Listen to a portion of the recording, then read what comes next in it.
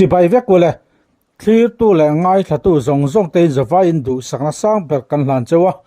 bắt thiên in mal som na lút tắc mấy min pia chặt tu ana xem na tok to tur xem mun mấy mà bạc kha là lý số Christa chuan min han chandam ringot mai hi bắt thiên rong bol tur kan nizia atharin Israel thawang u ole tun lai zoram politics din mun angai nom chho ta hle maya session an nei zo ta ka phei ka chuan kan politician kan legislator te che dan ngai nom tak tak mai kan thirin kan mu ani kha zoram politics angai nom chho tol tol donin langa kan sarkar ZPM sarkar hian thariat vel zat sarkana anan kalpui chung hian soitur neu neu atam chho ta hle mai ilo thir chho zel phot mai la he kan sarkar hian he zoram hi eng tiangin nge min hruai zel don ti hi ngun takin kan ziranga kan bi chiang zelanga he zoram tana thil tha an ti te chu kan fakanga tin soisel ngai a om chuan kan soisel bokang chu tiang tu chuan kal chhopo kan to bang tun trum kan video a hian congress president pu lal thanzara pu party thu soi ngai nom mai bon deuh mai politics a interesting zet mai kan ngai thlak turin kan an chhop chuak ania member zong ten a top thenga lo ngai thlatluan turin kan an som chowa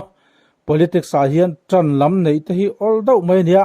a then chuan ZPM in lo tran viau mai thea a then in MNF a then in congress khatiang deuh kha kan ni deuh nuai duang reng khop maya amao ro chu ril ru zau takpua kan zoram politics din mun sha chiang tur hi chuan heng kan political leader te thu soi hi kan zir chiana kan ngai thlak chian hi apoimo em awangin a top thlanga lo ngai thlatluan turin kan an som chu ani kan thia tangin mani loka session ni o nei ania sarkar thar noya session voi thum na nge ni tiang bel lek khania ni chau ani nanga angai nomina mu no mangreng khop maya tin kha session kha youtube kalau en ve a pani pathum chu ta ka ngai tua chho chu kan Christian labu number zali somsari le pakhatna Jordan lui pia kanin khom huna tia la chang top per le atlar nu nung bera en nom mak tak chu kan la huang ti kha kan thleng chho mek din ka ria a en nom angreng khop maya ma se house leader ten opposition leader kanimo tini angzia janga house soi chu om lo tak tak anan soi chok te ro khachu amu no main awan doi thakin ka ria du anga om chu du lo danang om ani an tiami kha khatiang deu khanin du soi chu du lo anga om na ti te bo he sarkar atang hianin alang the muni chu ti tu te ani kan party in hey political session kan mangmeka voine local hearing tu te ko ran mi te vek kan nia chu wangin politics lai mu kan sia to nu vek soinon le sim ka duwa alai mu chu kan bible la rom khwami te na tir ko pola le ka thona mitin an chunga ro rel tu te thuin om ro se pathian thu lovin tu ma ro rel tu anom si lo ro rel tu om te hi pathian ruat an ni ti kan huni chu ti rol chuanin pathian nam thlan thu thlung ruya Israel ho ama nam thlan nge te pokha adu anga an om lowa pathian dang an biak san le an roin rel na adu anga nom lo chuanin nam dang ring lo mi te mangin an chunga kut athak thrin ani chuan wenia hian keini po rorel tu kan thon mek te hi pathian ruat an ni kan poma chu ti ro chuan ni thalowa ngai ni rorel tu turte le har satna siam tur rim misual te po hi pathian hianin a siam ani lomi ti te tur hianin Bible a hian mu tur tam tak omani tu thung luya anam than te anga an chunga lung oi lovin an ma ni remle zil haunan ring lo mi te amang thin an ti to kha voinia po he sarkar hi kan ram le ngam tan mal som na ni tur chuan pathian hruaina pathian mal som na adon angai ni central sarkar atangin development tam tak muthin mai langin pathian du da langa enkol ani lo chuan Mizoram tan le Mizo mi pui tan mason ain van toina ani theiani chu wangin moinia hian kan sarkar kan ron to le kan ron nek te poi kan kal dan hi chunglam atang hian ngun takin en kan lo thina chu ta tang chuanin pathianin mal som na le an sia te poi aron thlen tir thina mo o ti turani Mizorama Mizo Union sarkar to a tuta Mizo Union le Congress kan sarkar to a PCN sarkar to a Congress kan sarkar MNF kan sarkar tuna ZPM kan sarkar me kani khang hun kalta zong khan pathian throina ro pui tak kan ramin tong thina ni Mizo Union throina nuaya in rel bolna kan la nei ngai lo district council te kan neya chu tiang in UT te kan nei chowa tiang in state te kan nei chowa khang hun kalta zong khan voinia hen kan thir let chuan Congress sarkar lai khan kan ram hian pathian mal somna dongna sabere muni chu ti tur ani kan ria dangin kan rama mason na luan tling zong hi Congress sarkar laya pathian mal som na kan don na tanga kan nei ani kan treveka power chungchang te sopsiat vek ani nuwa siam that le ani dan te referral hospital tur sum le pai tam tak diglo taka manania sopsiat ani nuwa referral hospital mainelo college kan handin chaudan te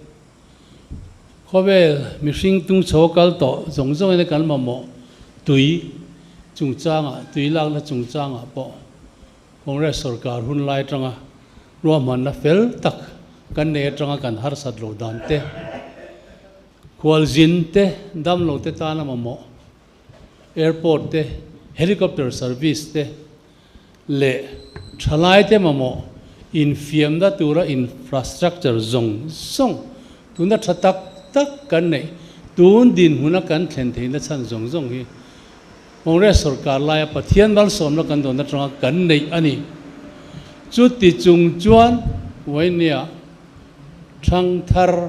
ram boi po relo lekha tak chiara bi pe si lo social media ringot ena in ngat chung ta chu mi then khati dan thlok an suwa kum som thum chungin MLF le Congress in sarkar chok khan ramtan engma antilo chuwan keini hi min en chin ro ti atanga he sarkar hi lo piang ani chumi om zia chu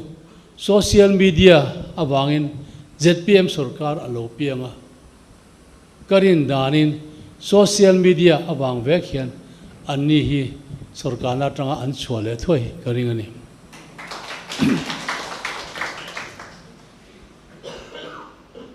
kan hun kalta khan kan chief minister pudal than hol chu pathian ming hi alam jing bok la taka ama an sei elsen nanan man chu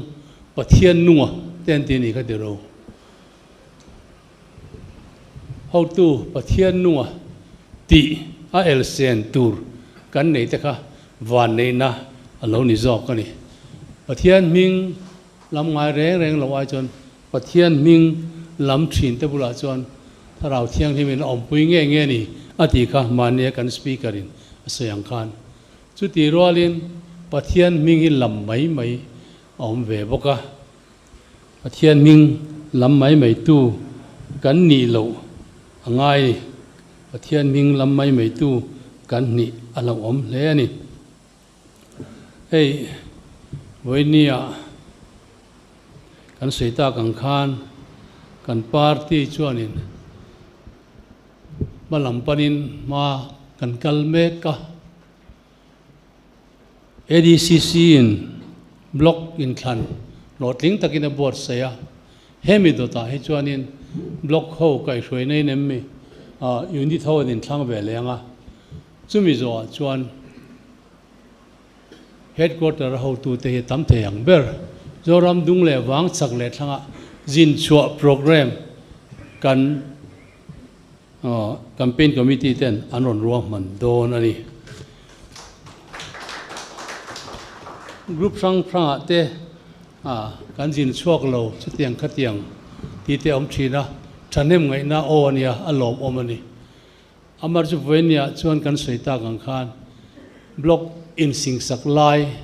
unit in sing saklai tin hei kan thria ro tuya tama leimin atama kongchia tama eng zong hi an re felanga pathian zara dam ten kan omanga kan kal tum na khwaten beirwal lai ania local risu an ti ani lo chuan kan campaign committee te hian in program an siam ni chuan kan kal tho tura ngai langin tin hei sarkar tharpo kan thona kum khat po an na sarkar lo ania voinia kan party kan in thlang thara block kan in thlang thar chawa unit kan in thlang thar chau zelanga chuan dam te kan omani chuan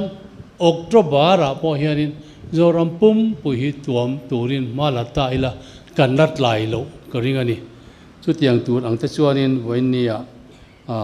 kan hotu ten ma an ron la don mi thanem ngai mi man mote kan om alom om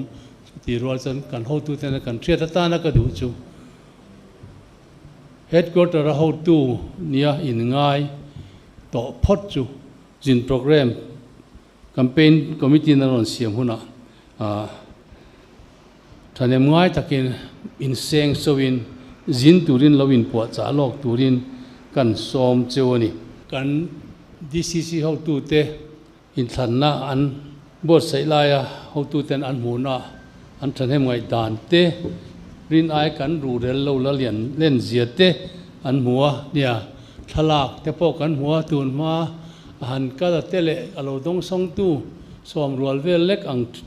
ni thin kha tuna chon tam tak mu turin anom to the kha thamon thak tak zet zetani NLUP te po nia chok phwa kut na tok tu te chon an lung le na ni tin NLUP kha a lo tling ani ti sinot social front inemi min endik saka andi po khan an pom ani tin voinia hian NLUP awanga ezon na konga rabi tuk fel fai to tam tak soitur omani tam tak soitur te kan zong chuakin kan puang chuak lem lowa chuti lain tula kan chief minister phei chuanin MNF hun line mi se sona khan nuai khat chuan mi ngani sompo ting lo nan dong niom te khan asoi ni ka te ro pakwai a khong ai thak ka ti kan chief minister hi a khong ai thak ka ti tak jet seta va el sen ani lovin mania poka sei to wa remna le muana champa MZP in lom nan siama chuta chuan thil poimo tak tak panga nge pali chiang tak taka ama in dot ani ti riat ka dot ni om lo ang takin an soi teng te kha se omati ka ring ani tin chu ti rualin lal than hola ming lam lo tura anin sum trang te kha se omati le in ka ring ani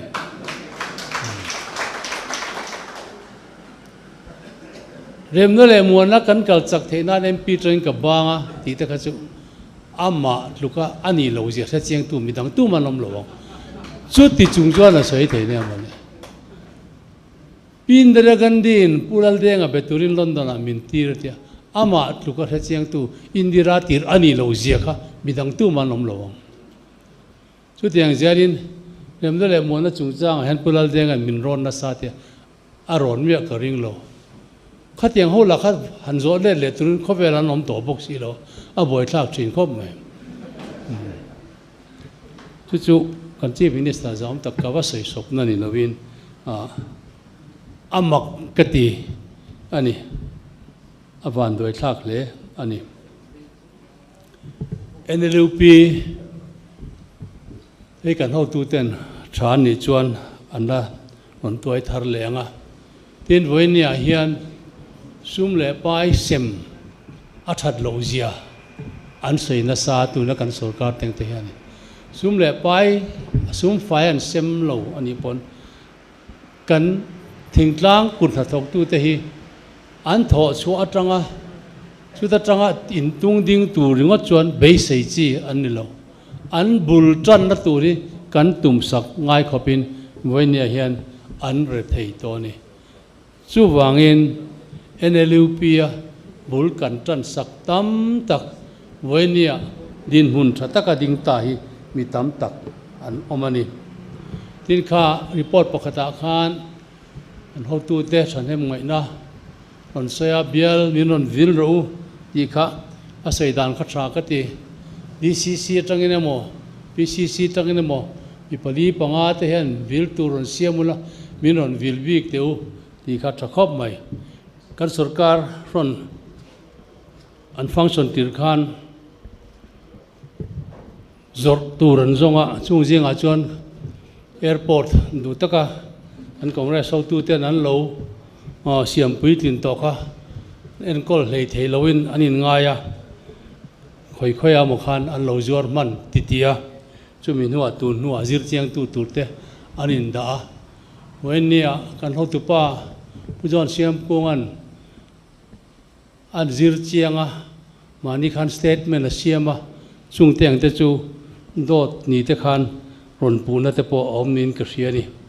wenia han sarkar statement kan thria ta tan han pon chu ka diwa civil aviation air transport atanga poisa lak lu dan sarkar thu chuak hi economic survey of Mizoram 2021 2022 le 2022 2023 anu nungber atanga landan Mizoram budget nuai atanga sum kan lo mu to dan sang ni som ni le ni khata civil aviation atangin cheng vaibel chen ni le point pathum kan huwa sang ni som ni pakhat le ni nia vaibel che sari kan huwa sang ni som ni nia le ni thuma vaibel che kwa le point panga pasari kan huwa vai sang ni som ni pathum ni lia vaibel che som pakhat le point pakwa pali kan huwa bichuan sang ni som ni pali som ni le panga civil aviation a hianin budgeta mutura antar lan chu vaibel che som pasari le point pakwa panga hetiang khopianin income kan nei that lain kan enkol theilowe tia kan sarkarina an han zuar tat mai hi chu awan doi thak le ni tin lengpui airport siamnan sum engmazat kan lo hu to a MNF hun lai khan vaibel se som thum le point pali pakhat kan huwa tin improvement and upgradation lengpui airport atang vaibel se som ni kan hu boka tin improvement and upgradation bok tan vaibel se som pakwa le point panga pakwa kan hu ni chuan kan mu zong hi vaibel che som sari